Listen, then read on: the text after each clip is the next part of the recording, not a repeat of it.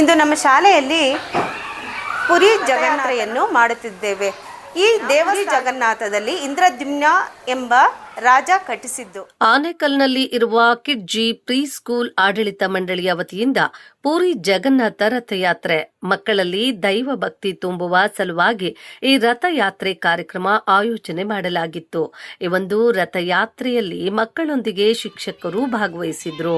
ಮಕ್ಕಳು ಸಹ ಭಕ್ತಿ ಭಾವದಿಂದ ರಥಯಾತ್ರೆಯಲ್ಲಿ ಮುಗ್ಧರಾಗಿದ್ದರು.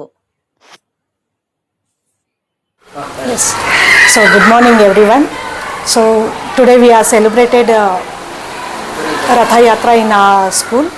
This is Kidzi Anikal School. We are very happy to celebrate this program.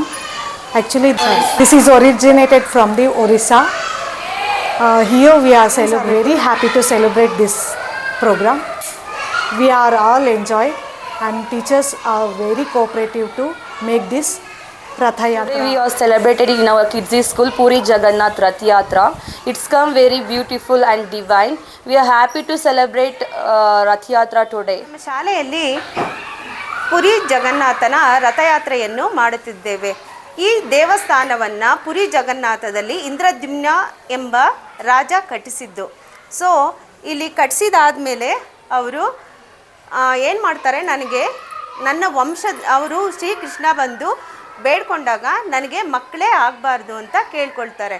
So ಆಗೇನು ಮಾಡ್ತಾರೆ, ದೇವರು ಯಾಕೆ ಈ ಥರ ಕೇಳ್ಕೊಳ್ತಾ ಇದೆಯಾ ಅಂತ ಹೇಳಿದಾಗ, ಮುಂದೆ ನನ್ನ ವಂಶಸ್ಥರು ಯಾರೇ ಆಗಲಿ ಬಂದು ಇದು ನಮ್ಮ ತಾತನ ಸತ್ತು ನಮ್ಮ ಅಪ್ಪನ ಸತ್ತು ಅಂತ ಯಾರೂ ಕೇಳಬಾರ್ದು, ಅದಕ್ಕೋಸ್ಕರ ನನ್ನ ವಂಶಕ್ಕೆ ಮಕ್ಕಳೇ ಬೇಡ ಅಂತ ಹೇಳ್ತಾರೆ.